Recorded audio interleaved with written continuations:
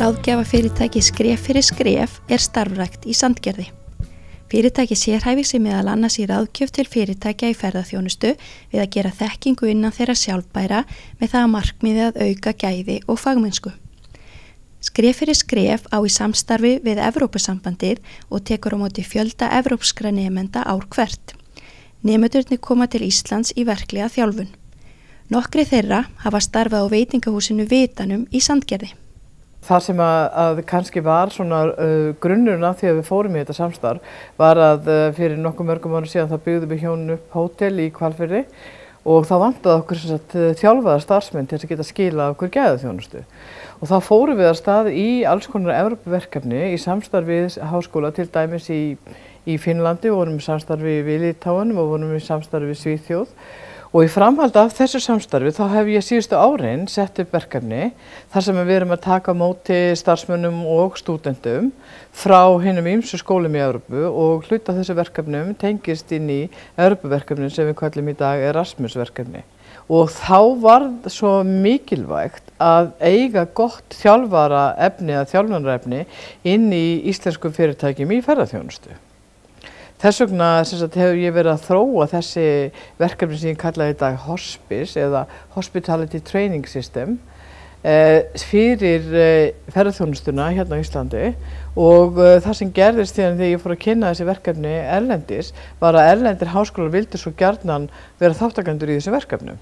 Og það kannski það sem við höfum verið að gera síðustu 5 árin, sem bara mjög skemmtilegt og gaman að, og við erum auðvitað smátt og smátt kannski að gera þetta að verkefni sem er hægt að nota annars staðar heldur hérna á Íslandi.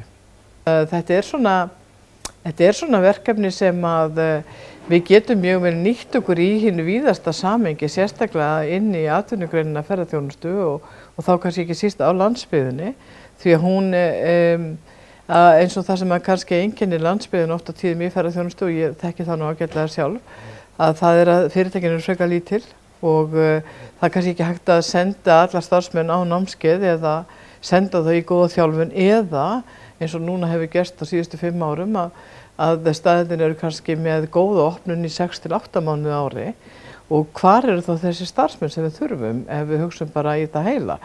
Segjum sér svo að ég fái síðan starfsmennina, hvað er þá efni sem ég þarf að þjálfa þá í? Og þess vegna fórum við af stað með að þróa þetta verkefni, því að ég held að megin ástæðan fyrir því að við erum búin að fá þetta góðar viðtökur er að við hugsum þetta svolítið eins og sjálfbært þjálfunarverkefni inn í fyrirtækjunum. Og það sem gerist er það að fyrirtækin þau eignar sína eigin húsbók, og í húsbókinni er að finna allar upplýsingar staðinn og starfsemin og staðhætti og hvað gerum við, hver er sérstaðan okkar, hvað leggjum við áherslu á, og síðast en ekki síst, hvernig þjálfum við síðan starfsmennin okkar. Hvernig eigum við að taka á móti gestum, hvernig eigum við að tjekka inn, hvernig eigum við að tjekka út, hvernig eigum við að vinna í eldhúsinu, hvernig eigum við að þrífa snyrtingarnar, hvernig eigum við að sýna þeim umhverfið okkar, hvernig eigum við að selja á veitingastaðnum okkar eða í fyrirtækinu okkar.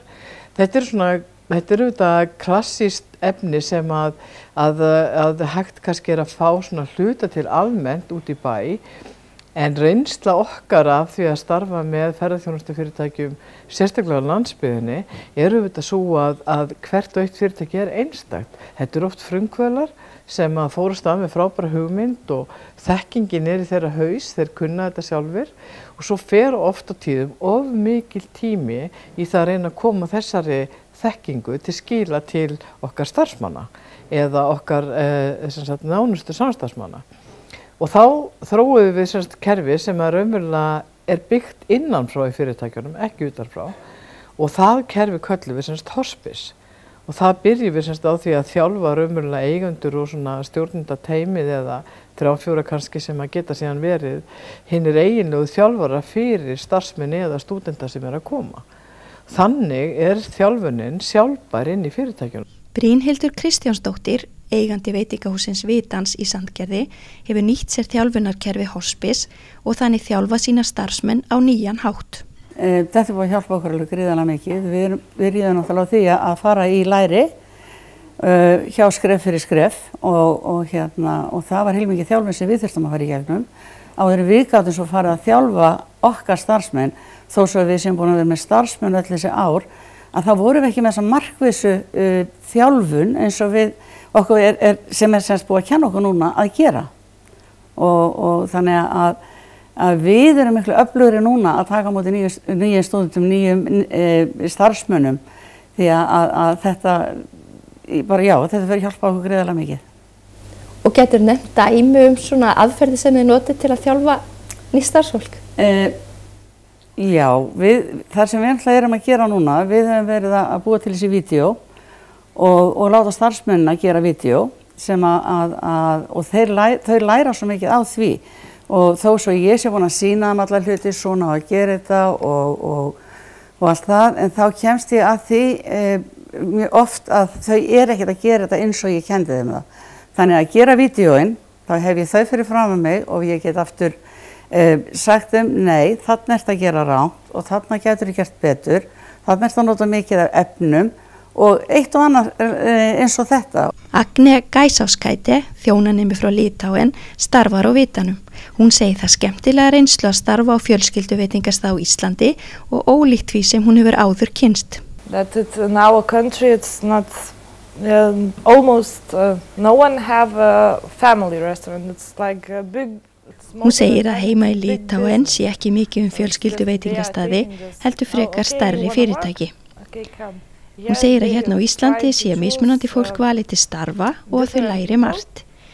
Heima í Litáen séu yfirmenn frekar í því að skipa fyrir en að hérna sé notu uppbyggileg gagnrýni sem reynist betur. Yeah, you do this, you're supposed to do, and here it's a nice way they are trying to say everything, and I think it's very good. Then yell all the time on the stuff.